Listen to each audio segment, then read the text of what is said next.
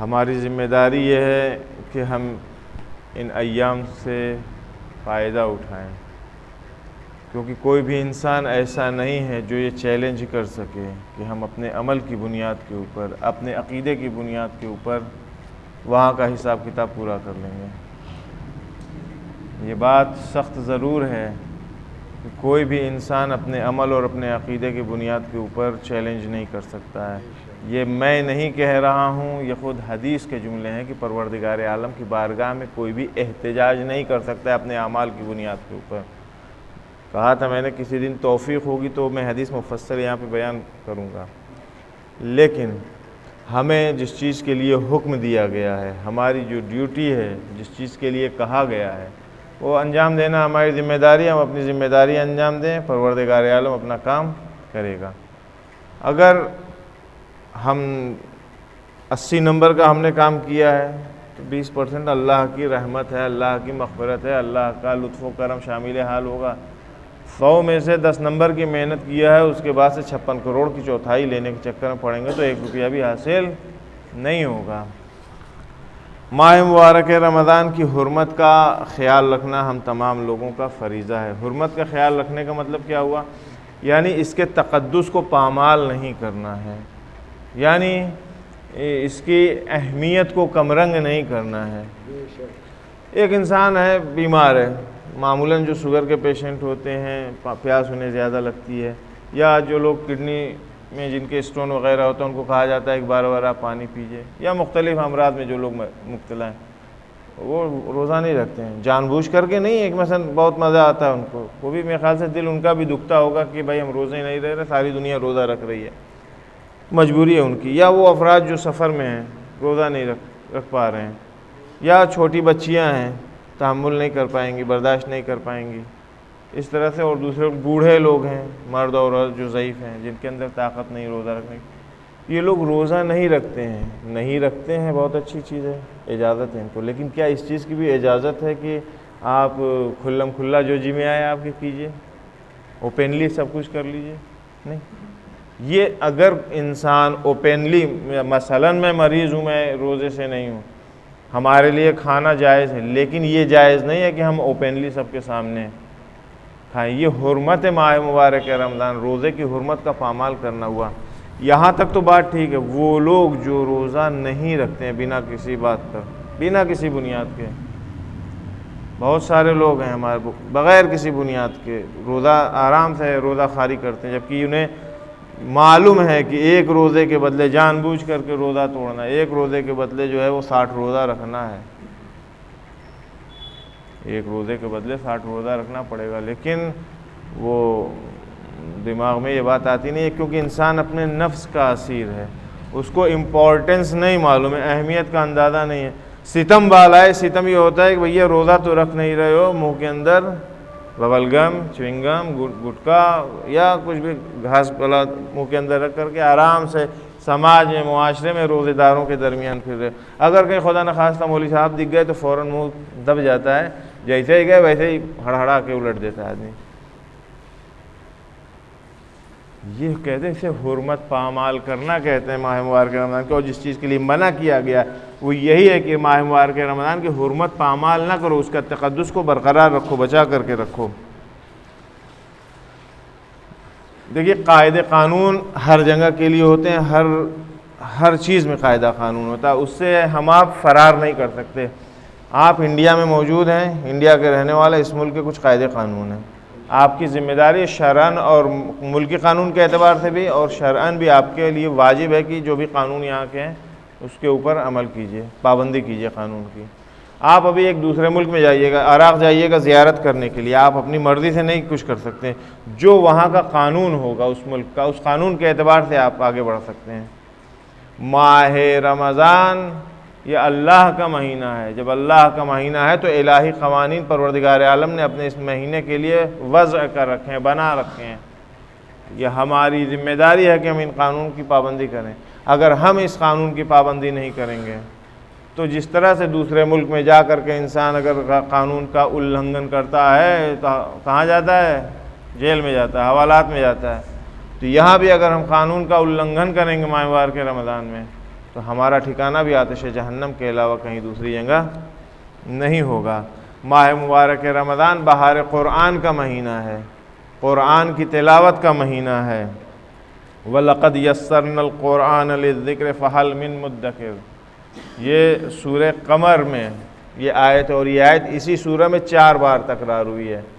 یوں ہی کسی چیز کا تکرار دہرا دینا، بار بار دہرا دینا یوں ہی نہیں ہوتا ہے، اس کی امپورٹنس کی طرف نشاندہی کرتی کہ یہ ایک بہت امپورٹنٹ چیز ہے۔ کیا ارشاد ہو رہا ہے کہ ہم نے قرآن کو نصیحت کے لیے آسان کر دیا تاکہ کوئی نصیحت حاصل کرنے والا ہے اگر تو آئے نصیحت حاصل کر لے۔ بار بار اس چیز کو کہا جا رہا ہے، قرآن پڑھو، قرآن سے نصیحت حاصل کرو، یہ 4 بار آیا ہے اسی کے اندر۔ ہم قرآن، پہلی چیز تو یعنی افسوس کا مقام ہے، بے انتہا افسوس کا مقام ہے کہ ہمیں قرآن پڑھنے نہیں آتا ہے۔ الف بے جیم دال، جس کسی طرح سے اللہ ان ماں باپ کو بھلا کرے، ان کے توفیقات میں اضافہ کرے، جس طرح سے بھی الف بے جیم دال پہچنوا دیا کہ بیٹا یہ ہے، لیکن اس کے آگے انہوں نے محنت نہیں کی اپنے بچوں کے ساتھ، یا اگر کیا تو ان بچوں نے اسے بھلا دیا ہے۔ اور یہ یقین رکھیے باتیں سخت ضرور ہیں لیکن یہ فیکٹ ہیں۔ ہم کو اگر قرآن پڑھنے آتا ہوگا تو میں اپنے بچے کو سکھاؤں گا، اور میں اپنے عمل کی بنیاد پر یہ دعویٰ نہیں کر سکتا کہ میں وہاں سکھ چین سے رہوں گا۔ وہاں کے لیے جب ہم اس دنیا سے چلے جائیں گے تو ہم کو گفٹ چاہیے کہ یہاں سے کچھ پہنچے۔ بہترین گفٹ جو ہے وہ فاتحہ خوانی ہے، جو فری آف کاسٹ ہوتی ہے اینی ٹائم۔ ایک بسم اللہ الرحمن الرحیم، ہم پوری سورہ چھوڑ دیں، صرف بسم اللہ الرحمن الرحیم کہہ کر کے اس کا ثواب ہدیہ کیا جا سکتا ہے۔ یہ کب ممکن ہے؟ جب ہم خود صحیح سے پڑھتے ہوں اور اپنے بچوں کو ہم سکھائیں۔ ہم خود غافل ہیں، قرآن اللہ کی کتاب رکھی رہ جاتی ہے، گرد و خاک لگتا ہے، دیمک آ جاتا ہے اس کو، بس وہ تقدس مقدس ہے بہت اوپر رکھ دیا ہے کہ ہاتھ بھی وہاں نہ پہنچنے پر ورنہ بے حرمتی ہو جائے گی اس کی، تو اتنی اوپر اس کو رکھ دیتے ہیں۔ ہم محتاج ہیں، اگر ہم اپنے بچوں کو نہیں سکھائیں گے تو یہ یاد رکھیے ہمارے مرنے کے بعد ہمارے بچے ہمیں فاتحہ بھی نہیں پڑھیں گے۔ جب ہمارے بچے ہمیں فاتحہ نہیں پڑھیں گے تو یہ بچے جو ہیں نا جنہوں نے ہمارے لیے نہیں پڑھا، ان کے بچے ان کو بھی فاتحہ نہیں پڑھیں گے۔ تو کم سے کم اسی لالچ میں، بھیا ہم تو سارا کام لالچ میں کر رہے ہیں، کم سے کم اسی لالچ میں ہم خود بھی قرآن سیکھیں، اپنے بچوں کو بھی قرآن پڑھنا۔ بھائی قرآن نہیں سیکھ سکتے، بہت مشکل کام ہے، اتنا موٹا قرآن کون پڑھے گا؟ دنیا کی چیزیں پڑھ سکتا ہے۔ ایک عدد سورہ حمد اور ایک عدد سورہ قل اللہ صحیح کر لیجئے، صحیح سے پڑھنا سیکھیے، ایک دم ذرہ ذرہ اس کے اوپر توجہ کر کے پڑھیے تاکہ نماز بھی صحیح ہو اور سورہ فاتحہ والا اور ایصال ثواب والا کام بھی چل جائے۔ ورنہ پیسہ اللہ دے دے گا، آپ خانہ کعبہ چلے جائیے گا، تقدیر کا طواف کر کے آئیے گا، حج نہیں ہوگا، کیونکہ وہاں پہ قرات کا صحیح ہونا ضروری ہے، واجب ہے۔ وہاں قرات کا صحیح ہونا واجب ہے۔ یہ نہیں آپ کہہ سکتے کہ جی صاحب ہم تو ایسے ہی پڑھتے تھے، مولوی صاحب نے یوں ہی بتایا تھا کہ بسم اللہ الرحمن الرحیم الحمد للہ رب العالمین، یہ نہیں ہے۔ غیر المغضوب علیہم ولا الضالین نہیں ہے، یا ولا الضالین کچھ بھی نہیں ہے۔ جو ایگزیکٹ ہے وہ پڑھنا پڑے گا۔ اگر آپ نے نہیں پڑھا، پیسے کی بھی بربادی ہے، تقدیر کا چکر کاٹ کے آپ آئیں گے دنیا کے گنہگار گار ہو کر کے۔ اچھی خاصی بیوی جو ہے وہ حرام ہو جائے گی، یہ بھی سن لیجئے، اچھی خاصی بیوی حرام ہو جائے گی، جانے کے پہلے جو ہے صحیح کر کے جانا ہے۔ سمجھ میں آیا؟ عمرہ مفردہ کے لیے اگر جائیے گا، حج پہ جائیے گا تو کر کے جائیے گا آپ سب لوگ، کم سے کم سورہ حمد اور قل هو اللہ۔ ایک صلوات بھیجیے محمد والے محمد پر، بات کہاں سے کہاں چلی جاتی ہے۔ امیر المومنین سلام اللہ علیہ فرماتے ہیں کہ قرآن کا اثر ایک سماج اور معاشرے کے اوپر کیا ہے؟ کہتے ہیں کم سے کم 4 اثر ایک معاشرے اور سماج کے اوپر پڑتا ہے اس کا۔ اس میں سے فَاسْتَشْفُوهُ مِنْ أَدْوَائِكُمْ وَاسْتَعِينُوا بِهِ عَلَى لَوَائِكُمْ فَإِنَّ فِيهِ شَفَاءً مِنْ أَكْبَرِ الدَّاءِ وَهُوَ الْكُفْرُ وَالنِّفَاقُ وَالْغَيُّ وَالضَّلَالُ۔ قرآن مجید جو ہے اس سے اپنی بیماریوں کی شفا حاصل کرو۔ اگر مریض ہو گئے ہو، اب یہی چیز ذرا سا کلیئر کر دیں کہ کل خدا نخواستہ زکام، کھانسی، نزلہ، بخار ہو گیا تو قرآن کھول کے بیٹھ جاؤ، بھائی ڈاکٹر کے پاس چلے جائیے گا، روحانی امراض میں اگر گرفتار ہیں تو قرآن مجید کی تلاوت کیجیے، پروردگار عالم شفا عطا فرمائے گا۔ ضروری ہے نا یہ باتیں کہنا، ورنہ پھر اس کا بھی برا اثر پڑے، پر مولوی کہہ کے گیا یہاں سے۔ ہاں، تو قرآن مجید سے اپنی شفا حاصل کیجئے، اس میں قرآن مجید میں شفا تلاش کیجئے۔ اپنی مشکلات پر غالب آنے کے لیے اپنی مشکلات کا حل قرآن مجید سے تلاش کیجئے۔ یہ اثر ہے قرآن مجید کا کہ آپ کی مشکلات کا حل اسی قرآن مجید میں ہے، آپ کی بیماریوں کا علاج قرآن مجید میں ہے۔ فرماتے ہیں حضرت فرماتے ہیں امیر المومنین علیہ السلام، کیا فرماتے ہیں کہ وجہ کیا ہے؟ کیونکہ فَإِنَّ فِيهِ شَفَاءً مِّنْ أَكْبَرِ الدَّاءِ، سب سے بڑی بیماری کا علاج، سب سے بڑی بیماری کا علاج قرآن میں، وہ بڑی بیماری کیا ہے؟ وَهُوَ الْكُفْرُ وَالنِّفَاقُ، کفر اور نفاق۔ اس سے بڑی بیماری حضرت کی نگاہ میں کوئی دوسری نہیں تھی۔ کہہ رہے اس بیماری کا علاج جو ہے قرآن میں ہے۔ غی یعنی تباہی، ضلالت یعنی گمراہی، اس کا علاج قرآن میں ہے۔ سماج کے اوپر اس کا اثر پڑتا ہے، ہمارے معاشرے میں، ہمارے سماج کے ایک ایک فرد کو، بچہ ہو، بوڑھا ہو، مرد ہو، اور سب کو قرآن سے مانوس ہونا چاہیے، دل لگنا چاہیے قرآن سے۔ یوں ہی سامنے قرآن رکھے رہیے، گھر میں گھومتے پھرتے آئیے۔ ضروری نہیں ہے کہ ٹوپی پہن کے باوضو ہو کر کے، قروب قبلہ ہو کر کے ایک دم مسلح بیٹھیے تب ہمت کر کے قرآن کھولیے، نہیں، دوستی کیجئے قرآن سے۔ قرآن سے جب دوستی کیجئے گا تو آتے جاتے یوں ہی اٹھائیے گا، کھولیے گا، کہیں سے بھی رینڈملی، ضروری نہیں ہے خط کے اوپر اس کے ہاتھ رکھیے۔ ایک آیت دیکھ لیجئے، پڑھ لیجئے، اگر ترجمہ لکھا ہے تو وہی پڑھ لیجئے۔ اصلا آیت نہ پڑھنا ہو، سائڈ میں حاشیہ اگر کچھ لکھا ہوا اسے پڑھ لیجئے، کہیں کسی ایک ترجمے پڑھ لیجئے، وہ بھی نہیں کر سکتے ایک ورڈ پڑھ لیجئے، جہاں بھی جا کر کے نگاہ ٹک جائے، کھولتے ہی جدھر بھی نگاہ ٹکے وہیں دیکھ لیجئے کیا لکھا۔ دوستی کیجئے، آپ ایک ایک ورڈ، ایک ایک لائن بھی اگر دیکھتے جائیے گا تو کل کو آپ بغیر اس کے نہیں رہ پائیے گا، کیونکہ جب عادت ہو جائے گی پھر انسان پڑھے گا پھر اس کو لطف آئے گا۔ ابھی تو ہم دیکھ کے گھبراتے ہیں کہ اتنی مقدس کتاب ہے یہ ہم اپنے ہاتھ میں لے لیں۔ ہم تو گنہگار آدمی جی، کھڑے ہو کے پیشاب کر لیتے ہیں بغیر طہارت کے، ہم ادھر ادھر چلے جاتے ہیں، فلاں چیز کھا لیتے ہیں، منہ نجس ہو جاتا ہے۔ اگر یہ چیزیں احساس ہیں ان چیزوں کا تو یقین جانیے ابھی آپ کا دل پوری طور کے اوپر سیاہ نہیں ہوا ہے، امکان ہے اصلاح ہونے کا۔ جس دن یہ باتیں ذہن میں آنا بند ہو جائیں اس دن سمجھ لیجیے گا کہ مہر لگ چکی ہے، سمون بکمون اومیون، اب نہیں صحیح ہونے والا ہے معاملہ۔ ہے یا نہیں ہے حضور؟ ایسا ہے یا نہیں ہے؟ جب تک آپ کا وجدان، آپ کے اندر کی آواز آپ کو ٹہوکا دے رہی ہے کہ یار یہ غلط ہے، تب تک سوچئے کہ آپ کے اندر ابھی کچھ پرسنٹ باقی ہے معاملہ۔ جس دن یہ ختم ہو جائے اس دن سمجھ لیجیے گا کہ معاملہ ختم ہے، اب آپ کی اصلاح نہیں ہو سکتی۔ تو قرآن سے انسیت حاصل کیجئے، مانوس ہوئیے، دوستی کیجئے قرآن سے۔ جب قرآن سے دوستی کیجئے گا تو پھر آپ قرآن سے گفتگو کیجئے گا، قرآن آپ سے گفتگو کرے گا۔ امام باقر علیہ السلام نے فرمایا ہے لِكُلِّ شَيْءٍ رَبِيعٌ وَرَبِيعُ الْقُرْآنِ شَهْرُ رمضان۔ ہر چیز کا بہار ہوتا ہے، ہر چیز کا اسپرنگ کا سیزن ہوتا ہے، بہار کا موسم ہوتا ہے ہر چیز کے لیے۔ قرآن مجید کی بہار کا موسم ماہ مبارک رمضان ہے، اگر اس میں تلاوت نہیں کیا تو کب کرو گے بھائی؟ اس میں ایک بار سیٹھ جی اگر ایک بار کہیے گا الحمدللہ رب العالمین، ایک ختم قرآن، اللہ اکبر، ایک بار کہیے گا الحمدللہ رب العالمین۔ بسم اللہ الرحمن الرحیم بھی قرآن کی سوروں کا جز ہے، وہ بھی ایک آیت ہے، حساب ہوتی ہے۔ ایک بار کہیے بسم اللہ الرحمن الرحیم، کتنا ملا؟ 6600 کچھ آیتوں کا ثواب۔ دے گا دنیا کی کوئی بینک؟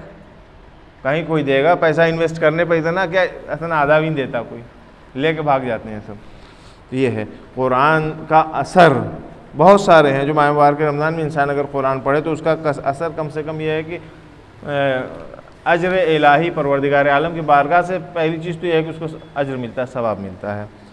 ایمان تازہ ہوتا ہے انسان کا قرأت قرآن کے بعد، اس کا دل نورانی ہوتا ہے، جو کالا اسپاٹ اس کے اوپر پڑھ کر کے اس کو بلیک آؤٹ کرتا جا رہا تھا، ڈارکنیس اس میں بڑھاتا جا رہا تھا، یہ سفید ہوتا جائے گا، نورانیت اس کے اندر آتی چلی جائے گی، انسان تنہائی سے دور ہو جائے گا۔ لوگ ڈپریشن کے مریض ہو رہے ہیں، ڈپریشن میں لوگ جاتے ہیں، تنہا پڑے رہتے ہیں، کسی سے نہ بات کرنا، نہ چیت کرنا، نہ کہیں آنا نہ جانا، نہ ان کو کسی سے ملنا پسند ہے، نہ کسی سے جلنا۔ کیوں؟ کیونکہ انہوں نے سب کچھ چھوڑ رکھا ہے. اصل دل نہیں کرتا. جس قرآن فیہ شفاء للناس جس کے اندر ہے، اس سے اگر یہی ڈپریشن والا آدمی اسی سے دوستی کر لے، پھر اس کو واقعی کسی کی ضرورت نہیں، سیٹ رہے گا ایک دم، اس کی تنہائی دور ہو جائے گی. علاج اس کا اسی کے اندر ہے. انسان کا قلب بڑا ہوتا ہے، بڑا مطلب اتنا بڑا نہیں ہوتا، اندر اس کے اسپیس بڑھتا ہے، سہ صدر ہوتا ہے اس کے اندر، اور اس کا اخلاق اچھا ہوتا ہے. پروردگار اس مہینے میں ہم سبھی لوگوں کو توفیق دے کہ ہم لوگ قرآن مجید کی تلاوت کریں. صلوات بھیجیے محمد و آل محمد کا. موت والی بحث چل رہی تھی، ہے بڑی خوفناک، لیکن کیا جائے، مزیدار ہے. جی نہیں، موت سے بچ تو نہیں سکتے، کوئی نہیں بچا ہے. جب احمد مرسل نہ رہے کون رہے گا؟ لیکن لذت آئے گی ہم اس سے اگر مانوس ہو جائیں. کوئی ایک چیز ہم کو بہت خطرناک لگتی ہے، شیر. آپ دیکھ لیجئے، جب تک آپ ٹی وی میں دیکھ رہے ہیں بہت اچھا لگ رہا ہے، زو میں جا رہے ہیں سامنے آپ کے جالیاں لگی اس طرف ہے شیر، بہت اچھا لگ رہا ہے.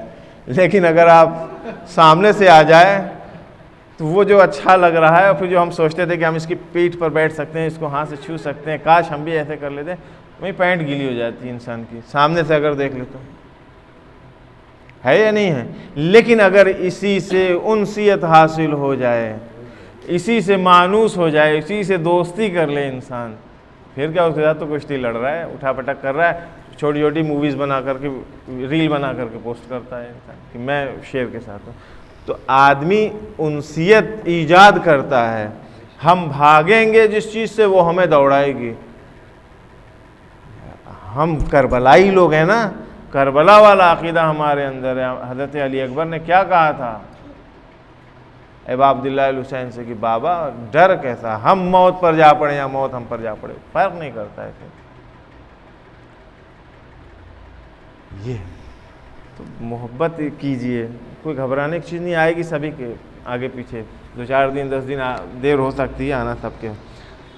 کل میں نے کہا تھا کہ وہ لوگ جن کی جان، جن کی روح آسانی سے نکلتی ہے، اس کی وجہ کیا ہے، وہ ساری چیزیں کل بتائی تھی. آج ان لوگوں کے بارے میں جن کی جان، جن کی روح سختی سے نکلتی ہے، اس کی وجہ کیا ہے. البتہ کبھی بھی اس چیز کو معیار نہ بنائیے گا کسی انسان کے مومن یا کافر اور منافق ہونے کا، کیونکہ بہت سارے باتیں ہوتی ہیں جن کی بنیاد کے اوپر یہ چیزیں پیش آتی ہیں.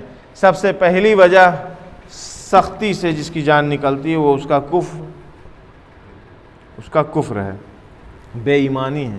انسان کا ایمان صحیح نہیں ہے، کافر ٹائپ کا ہے. کافر ٹائپ کا یعنی کھلم کھلا انا ربکم الاعلیٰ نہیں ہے کہ میں خدا ہوں، یہ والا کفریات نہیں ہے. گریڈ ہوتے ہیں، مرحلے ہوتے ہیں ہر چیز کے، ٹھیک ہے.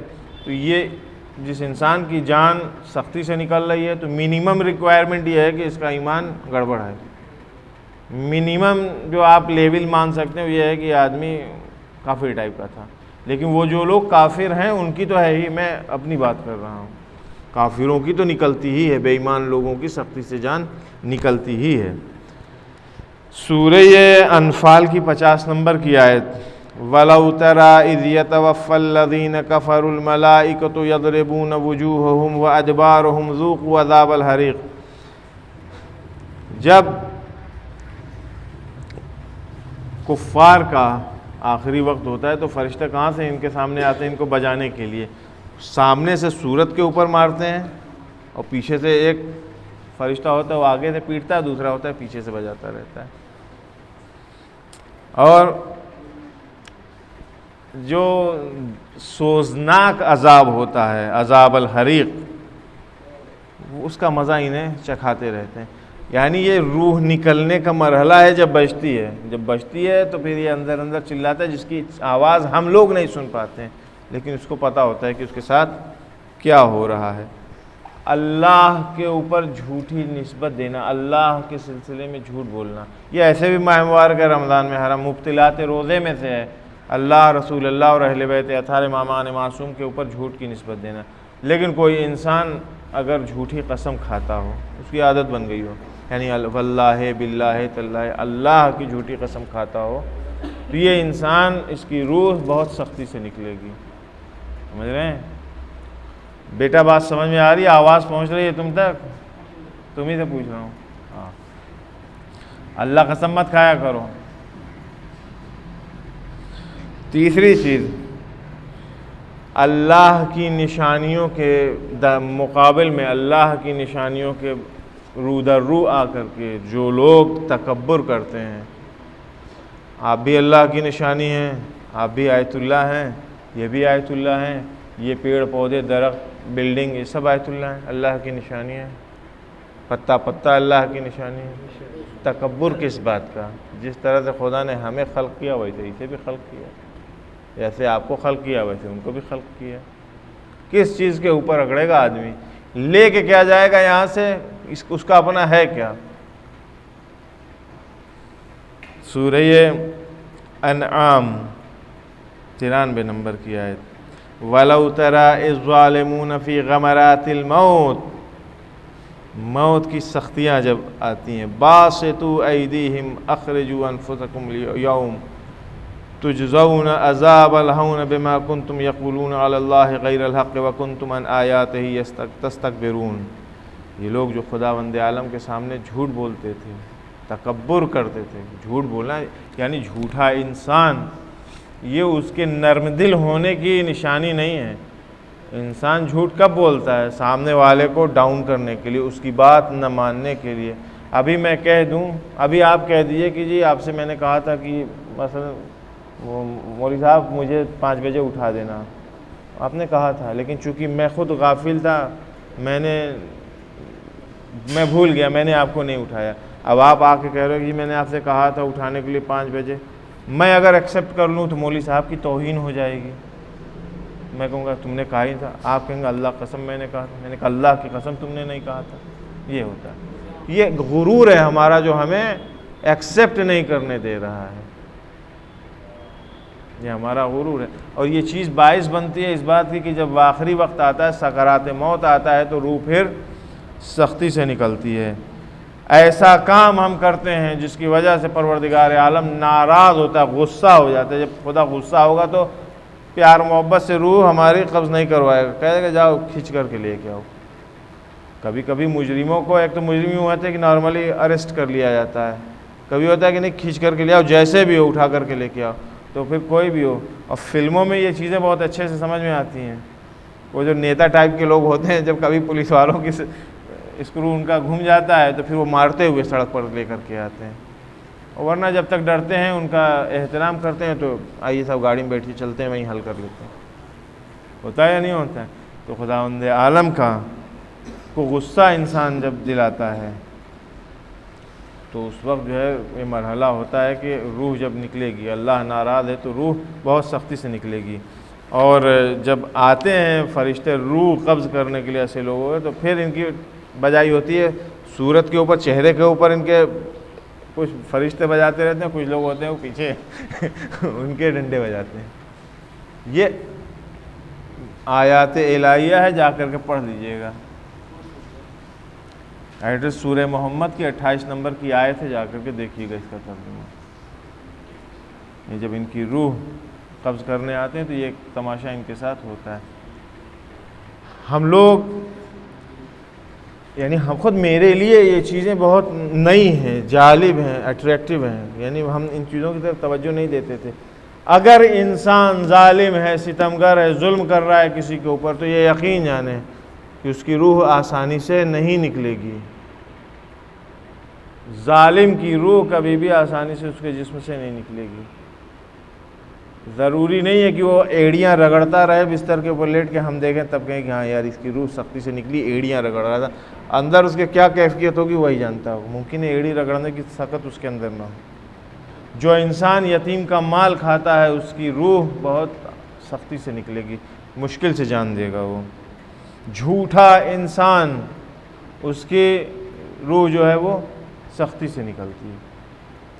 رسول اللہ صلی اللہ علیہ وآلہ وسلم نے فرمایا تھا کہ اے علی، جب عزرائیل قبض روح کے لیے کسی فاجر کی قبض روح کے لیے آتے ہیں تو اس کی روح کو ایک دہکتے ہوئے لوہے سے کھینچ کر کے لے جاتے ہیں. میگنیٹ دیکھا ہے؟ چمبک لوہے کو کیسے اپنی طرف کھینچتا ہے؟ جب عزرائیل اس فاجر انسان کی روح قبض کرنے کے لیے آئیں گے تو ایک دہکتا ہوا لوہا ہوگا، اس لوہے سے اس کی روح کھینچتے ہوئے لے کر کے جائیں گے۔ یہ رسول اللہ کہہ رہے ہیں، یعنی نکالیں گے کھینچ کر کے باہر، پھر اس وقت دوزخ سے، جہنم سے چیخوں کی آواز نکلنا شروع ہوگی جب اس طرح کے آدمی کی روح جہنم میں پہنچے گی، جہاں پہ سب ایک سے بڑھ کر ایک ہیں، وہاں سے بھی چیخوں کی آواز نکلے گی۔ امیر المومنین نے فرمایا کہ آیا اس طرح کے لوگ آپ کی امت میں بھی ہیں؟ آپ کی امت کے لوگوں میں بھی اس طرح کے لوگ ہوں گے جن کو اس طرح سے جن کی جان لی جائے گی؟ رسول اللہ نے فرمایا صلی اللہ علیہ وآلہ وسلم نے کیا فرمایا؟ ہاں، ہماری امت میں جو بھی حاکم ظالم ہوگا، جو بھی حکمران ظلم کرتے ہوں گے ان کے ساتھ، جو بھی یتیم کا مال کھائے گا ہماری امت میں اس کے ساتھ، جھوٹ بولنے والوں کے ساتھ۔ اب یہ حاکم کا مطلب یہ نہ سوچ دیجیے گا کہ پریزیڈنٹ آف انڈیا یا پرائم منسٹر آف انڈیا ہوں آپ، ہم بھی اپنے گھر میں حاکم ہیں، ہماری بیوی، ہمارے بچے ہمارے انڈر میں ہیں، ان کی ذمہ داری ہمارے اوپر ہے، ہمارے ماں باپ ہمارے حاکم ہیں، ان کے ماں باپ ان کے حاکم ہیں۔ اسی طرح سے خود سے سمجھ لیجیے، ان چیزوں کو بہت زیادہ اگر میں کھول دوں گا تو ممکن ہے دلاداری ہو جائے کسی کی، ہیں؟ تو اس کو خود سے سمجھیے، ہم حاکم ہیں، حاکم ہماری امت کے حاکم کیا ہیں؟ ان کی روح کس طرح سے قبض ہوگی ابھی بتایا میں نے، کب ہوگا؟ جب وہ ظلم کریں گے۔ اور ظلم صرف مارنا نہیں ہے، ظلم صرف کھانا نہ دینا نہیں ہے، انسان اپنی زبان سے بھی ظلم کرتا ہے، ٹارچر کرتا ہے، اپنے اعضاء و جوارح سے ٹارچر کرتا ہے، اپنے آداب و رفتار و گفتار سے ٹارچر کرتا ہے۔ صحیح؟ ماہ مبارک رمضان خود سازی کا مہینہ ہے، اس مہینے میں اگر ہم اتنی ہارر باتوں کو سن کر کے، خوفناک باتوں کو سن کر کے اگر ہم اپنے آپ کو نہیں صحیح کریں گے تو کب کریں گے؟ موت حتمی ہے، موت حقیقی ہے، ایک دم 110% اوریجنل ہے، اس میں ذرہ برابر ڈاؤٹ نہیں ہے، آنی ہے اور آ کر کے رہے گی۔ یہ پروردگار عالم نے جو چیزیں 110% شیور اور قطعی کر رکھی، اس میں سے ایک چیز موت ہے، نظام خلقت میں سے ایک چیز موت ہے۔ جس طرح سے سب چیز خلق کیا ہے، موت کو بھی خلق کیا ہے۔ نحن قدرنا بینکم الموت وما نحن بمسبوقین، ہم نے تمہارے درمیان موت کو بنایا ہے، اور اس موت کو بنانے میں اس سے پہلے کسی نے، خدا کہہ رہا میرے اوپر پیشی نہیں لیا، یعنی مجھ سے پہلے کسی نے موت نہیں بنایا تھا، ہم نے تمہارے لوگوں کے درمیان موت کو خلق کیا۔ انسان موت سے بھاگ نہیں سکتا ہے۔ اینما تکونوا یدرککم الموت ولو کنتم فی برج مشیدہ، جہاں چاہو بھاگ جاؤ، جہاں چاہو چلے جاؤ، موت تمہارے پیچھے پیچھے آئے گی۔ دبئی کی وہ سب سے اونچی بلڈنگ کون سی بھائی؟ برج خلیفہ، برج خلیفہ کے ٹاپ کے اوپر چلے جاؤ گے، وہاں پکڑ دے گی۔ اس سے بھی زیادہ اونچی کوئی بلڈنگ ہوگی، اس میں چلے جاؤ، ہاں نہیں وہاں جا کے چھپ جاؤ، میں اتنی اونچی جگہ آ گیا ہوں، وہاں نہیں پہنچ پائے گی۔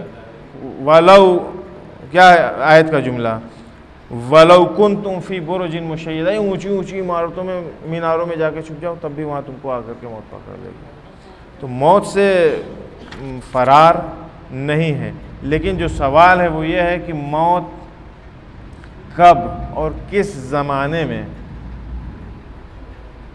مرے گی؟ موت کب آئے گی، کس زمانے میں آئے گی، انسان کس زمانے میں مرے گا، یہ سوال ہوتا ہے۔ ہائے ہائے ہائے، امیر المومنین علیہ الصلوۃ والسلام نے فرمایا مسکین مسکین ابن آدم، اے بندہ خدا، یہ ان آدم کی اولاد مسکین بیچارہ، مکتوم الاجل، یہ بیچارہ مظلوم مسکین ہے، یہ ابن آدم جو ہے، فرزند آدم، آدم کی اولاد، یہ مسکین ہے، اس کو نہیں پتہ ہے کہ اس کی اجل، اس کی موت کب آئے گی، غافل ہے یہ انسان، اس کی آنکھوں سے پنہان ہے۔ مکتوم یعنی چھپا دیا گیا، بتایا نہیں گیا اس کو۔ لاکھ ہم کوشش کر لیں ہماری موت کب آئے گی ہم نہیں جان سکتے. یہی ایک چیز ہے جس کے اوپر ابھی تک کسی کا کوئی قبضہ نہیں ہوا ہے. اکشا مرتیو کی اکشا تو لوگ کر سکتے ہیں، لیکن وہ مرتیو ان کو نصیب ہو جائے یہ ان کے ہاتھ میں نہیں ہوتا ہے. ہم اوپر سے اپنے آپ کو گرانے کا اختیار تو رکھتے ہیں، لیکن اس چیز کی شیورٹی نہیں کہ گرنے کے بعد ہم مر ہی جائیں گے. ہو سکتا ہے آیات ہماری ہم بچ جائیں، ٹوٹ پھوٹ جائے، اور ہوتا ہی معمولاً ہوتا ہے. کیسے مریں گے اس کے بارے میں بھی خبر نہیں ہے. نیچرل ڈیتھ ہماری ہوگی یا ان نیچرل خدا نخواستہ ایکسیڈنٹ یا کسی دوسرے حادثات کی بنیاد کے اوپر. کس زمین کے اوپر مریں گے اس کے بارے میں بھی ہم کو کوئی خبر نہیں. وما تدری نفس بأی ارض تموت، کسی ایک کو معلوم نہیں ہے کہ وہ کس جگہ مرے گا. اب آئیے یہاں پہ آپ کہہ سکتے ہیں کہ حضور امام حسین علیہ السلام تو کربلا جا رہے تھے، کہہ رہے تھے معلوم ہے نا ان کو کہ ہم کہاں جائیں، کہاں ہماری روح نکلے گی، ہم کہاں قتل کیے جائیں گے. امیر المومنین کو پتہ تھا کہ مسجد میں جہاں ہم نماز پڑھ رہے ہیں ہم شہید کیے جائیں گے. پتہ تھا یا نہیں پتہ تھا؟ تو پھر ہم یہ کیسے کہہ رہے ہیں، قرآن کیسے کہہ رہا ہے کہ ما تدری نفس بأی ارض تموت، کسی ایک کو نہیں معلوم ہے کہ وہ کس زمین کے اوپر مرے گا، اس کی روح قبض ہوگی. اب اس کو خود سے سالو کیجیے گا، نہیں سالو کر پائیے گا پھر بتائیے گا. ٹھیک ہے، اب یہ ہوم ورک ہے، تھوڑا تو ہوم ورک بھی کیا کرو تب نہ مزہ آئے گا. سب کچھ ہم ہی بتا دیں تو اچھا نہیں ہے. لیکن بالآخر یہ قرآن کی بات ہے، وہ اہل بیت کی بات ہے، اور دونوں ایک دوسرے کے ساتھ ہیں، ایک جیسے ہیں، ایک دوسرے سے ٹکراؤ نہیں ہے. نہ ان کی بات وہ والی غلط ہے، نہ یہ والی بات غلط ہے. نہیں وہ آپ تو پہلے خود سے سالو تھوڑا سا ہوم ورک کر لیجیے تو مزہ آئے گا. نہیں بتا دیں گے، پہلے ہوم ورک کریں. خوب آپ نہ کیجیے ہوم ورک، ان لوگوں کو کرنے دیجیے. یہ تو مولائی بچے ماشاءاللہ محنتی ہمارے. دیکھیے گا بھی 1 گھنٹے میں جواب ہمارے پاس آ جائے گا. تو انسان کس حالت میں کہاں مرے گا بھائی، یہ سب بھی چیزیں نہیں معلوم ہیں کس حالت میں ہم مریں گے. مسلمان دنیا سے جائیں گے، کافر دنیا سے جائیں گے. آخری لمحے میں ہم ساری زندگی کفر اور الحاد میں گزاری ہے، آخری لمحے میں ہمارا ایمان پلٹ آئے گا، ہم ایمان کی حالت میں دنیا. یعنی یہ وہ چیزیں ہیں جو اسرار ہیں موت کے اسرار میں سے ہیں. ہمیں ان کے بارے میں معلوم نہیں ہے، ہمیں ان کے بارے میں معلوم نہیں ہے، اور واقعی معلوم ہو کر کے بھی ہم کچھ نہیں کر پائیں گے، کیونکہ چیزیں اللہ کے ہاتھ میں، دست قدرت اللہ کا ہے. یہاں پہ ہاں ایک صلوات بھیجیے محمد وآل محمد. پروردگار عالم نے سورہ آل عمران کی 102 نمبر کی آیت میں یہ ارشاد فرمایا ہے کہ مومنوں کی ذمہ داری یہ ہے، ان کو کوشش کرنی چاہیے اس بات کی کہ تقوی وغیرہ کی رعایت کریں اور سعادت کے ساتھ، سلامتی کے ساتھ اس دنیا سے رخصت ہوں. اس سے زیادہ نہیں کہا گیا. یعنی ہماری ڈیوٹی کیا ہے، تقوی الہی اختیار کریں، اللہ سے ڈریں، جو کہا گیا اس کو انجام دیں. یا ایھا الذین آمنوا اتقوا اللہ، اے وہ لوگ جو ایمان لے کر کے آئے ہو تقوی الہی اختیار کرو، حق تقاتے، جو اس کے تقوی کا حق ہے. 2 نمبر والا تقوی نہیں کہ مطلب جب ہمارا جی میں آیا متقی بن گئے، پھر جب دیکھا کوئی نہیں دیکھ رہا ہے، ایک دم اکیلے ہیں، تو پھر فرعون بننے کے چکر میں پڑ گئے. یہ والا تقوی کام نہیں آئے گا. حق تقاتے کہہ رہے ہیں کہ جو حق ہے تقوی کا. پھر کہہ رہے ہیں ولا تموتن، اور دیکھو مرنا نہیں. کون کہہ رہا ہے؟ خدا کہہ رہا ہے دیکھو مرنا نہیں. کب تک؟ الا وانتم مسلمون، جب تک کہ تم مسلمان نہ ہو جاؤ. مسلمان کا مطلب خالی یہی کرتا پائجامہ پہن لیا داڑھی رکھ لیا والا مسلمان نہیں، بلکہ حقیقی مسلمان، سلمان و ابوذر جیسا مسلمان کم سے کم. ورنہ اس سے ہائر گریڈ پر جائیے گا تو رسول اللہ جیسا مسلمان، امیر المومنین جیسا مسلمان. جب تک یہ بن نہ جانا تب تک نہیں مرنا. جب آئے گا نا ملک الموت تو کہہ دیے بھائی ابھی آپ تشریف لے جائیے، ابھی ہم پوری طور کے اوپر مسلمان نہیں بنے ہیں. دیکھیے کتنی عجیب و غریب چیز ہے. ایک بات اور سن لیجئے، اسی پہ انشاءاللہ تمام کر دیں گے. حضرت ابراہیم اور یعقوب علیہ السلام نے بھی اپنی اپنی اولادوں سے اس بات کی وصیت کیا تھا کہ بیٹا کوشش یہ کرنا تم لوگ کہ اس دنیا سے مسلمان رخصت ہو، جب اس دنیا سے جاؤ تو مسلمان جانا. اب سوال یہ ہے روشن صاحب کہ بھائی جناب یعقوب اور جناب ابراہیم کے زمانے میں کہہ رہے تھے کہ مسلمان اپنی اولادوں سے کہہ رہے تھے کہ مسلمان دنیا سے جانا، تو اسلام تو رسول اللہ لے کر کے آئے، تو یہ لوگ کیسے مسلمان دنیا جاتے؟ پھر کہتے کہ پروردگار ہماری عمر بڑھا دے، جب رسول اللہ اسلام لے کر کے آئیں گے ہم مسلمان بنیں گے تب میری روح قبض کرنا۔ کیا مطلب ہوا اس بات کا؟ ایمان تو پہلے سے ہی ہے، اسلام تو بہت پہلے سے ہے۔ جی مثلاً کس کے زمانے سے؟ جناب ابراہیم کے زمانے میں تو دین حنیف والا مسئلہ زیادہ معروف تھا۔ حضرت آدم موحد تھے، یعنی یہ خدا واحد کی عبادت کرتے تھے، دوسرا کوئی چیز تھی ہی نہیں، اکیلے تنہا بےتاج بادشاہ تھے، ان کے علاوہ کوئی دوسرا تھا ہی نہیں، خود ہی پکاؤ خود ہی کھاؤ۔ صحیح، آپ کی بات صحیح ہے، میں خالی ان لوگوں کے ذہنوں کو فلٹر میں ڈالنا چاہ رہا تھا۔ اس مسلمان کسے کہتے ہیں؟ جو اسلام کا پابند ہو، صحیح، اسے کیا کہتے ہیں؟ جو اسلام کو فالو کرتا ہے اسے کیا کہتے ہیں؟ مسلمان کہتے ہیں۔ اسلام کا مطلب کیا ہوا؟ اسلام کا مطلب کیا ہوا؟ نہ اصلاح نہیں، اسلام کا مطلب کیا ہوا؟ الاسلام هو التسلیم، تسلیم کا مطلب ہے ایکسپٹ کرنا۔ مسلمان کے اندر کیا اس کو کہا جائے گا؟ اس کے اندر قبول کرنے کی، ایکسپٹ کرنے والی صلاحیت ہونی چاہیے۔ اگر ہمارے اندر صلاحیت ایکسپٹ کرنے والی نہیں ہے، تسلیم ہونے والی صلاحیت نہیں ہے، ہم مسلمان نہیں ہیں۔ بات سمجھ رہے ہیں؟ الاسلام هو التسلیم، تسلیم یعنی سر خم کر دینا، جھکا دینا، یس سر، چشم، اوکے، یس باس، یہ ہے اسلام۔ اوکے، سمجھ میں آئی بات؟ ہاں، اب جناب ابراہیم اور جناب یعقوب نے اپنی اولادوں سے یہی وصیت کیا تھا کہ بھیا تم لوگ اس دنیا سے رخصت نہیں ہونا جب تک کہ مسلمان نہ ہو جانا۔ کہاں گیا؟ وَوَصَّى بِهَا إِبْرَاهِيمُ بَنِيهِ وَيَعْقُوبُ يَا بَنِيَّ إِنَّ اللَّهَ اصْطَفَىٰ لَكُمُ الدِّينَ فَلَا تَمُوتُنَّ إِلَّا وَأَنْتُمْ مُسْلِمُونَ۔ جب تک مسلمان نہ ہو جانا، جب تک دین الہی کے اوپر نہ آ جانا، جب تک جو تمہاری فطرت کا دین ہے، یعنی وحدہ لا شریک اللہ کا کنسپٹ جب تک تمہارے اندر راسخ نہ کر جائے تب تک اس دنیا سے رخصت نہ ہونا، موت کے منہ میں مت چلے جانا۔ یہ انبیاء الہی نے بھی اپنے اولادوں کو وصیت کیا تھا۔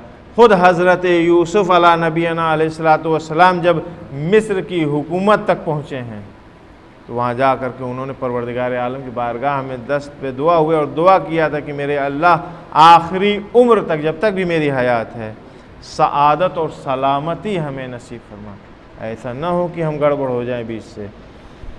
سورہ یوسف کی 101 نمبر کی آیت ہے، رب قد آتیتنی من الملک وعلمتنی من تعویل الاحادیث فاطر السماوات والارض وانت ولی فی الدنیا والآخرۃ توفنی مسلمن، ہم کو مسلمان وفات عطا فرما، یعنی ہماری موت جو مسلمان اس تسلیم کی حالت میں ہو، والحقنی بالصالحین، اور ہمیں صالحین سے ملا دے، ان کے ساتھ محشور فرما۔ اور اسی میں جناب یوسف نے اسی کے پہلے کہا تھا، اپنی موت کے پہلے یہ کہا تھا کہ مجھے تعویل رویا، خواب کی تعبیر کا علم مجھے عطا فرما۔ بالآخر ایک علم تھا اس وقت کا۔ ہم لوگوں کو بھی چاہیے کہ انبیاء الہی دعا کر رہے ہیں، معصومین نے دعا کیا ہے، ہمیں نہیں چاہیے کہ ہم بھی کم سے کم اسی پیٹرن کے اوپر چل کے اپنے مسلمان ہونے کے لیے دعا کر لیں؟ کیونکہ جب ہم مسلمان ہوں گے ہمارے اندر تسلیم کا جذبہ ہوگا، تسلیم کا عنصر پایا جائے گا، ایکسیپٹ کرنے کا ایک جذبہ ہمارے اندر ایجاد ہوگا۔ سمجھ رہے ہیں؟ دعا ہمیں بھی کرنی چاہیے، ربنا، وہ پڑھیے ساتھ ساتھ، ربنا افرغ علینا صبرا، ربنا افرغ علینا صبرا۔ اتنے سارے لوگ ہیں لیکن ایک آدمی پڑھ نہیں سکتا ہے، اس سے زیادہ لقمہ کیا دے بھائی منہ میں؟ ربنا افرغ علینا صبرا وتوفنا مسلمین، اور ہم تمام لوگوں کو اسلام کے اوپر موت دے، ہماری روح قبض ہو تو ہم مسلمان ہوں۔ امیر المومنین علی ابن ابی طالب علیہ السلام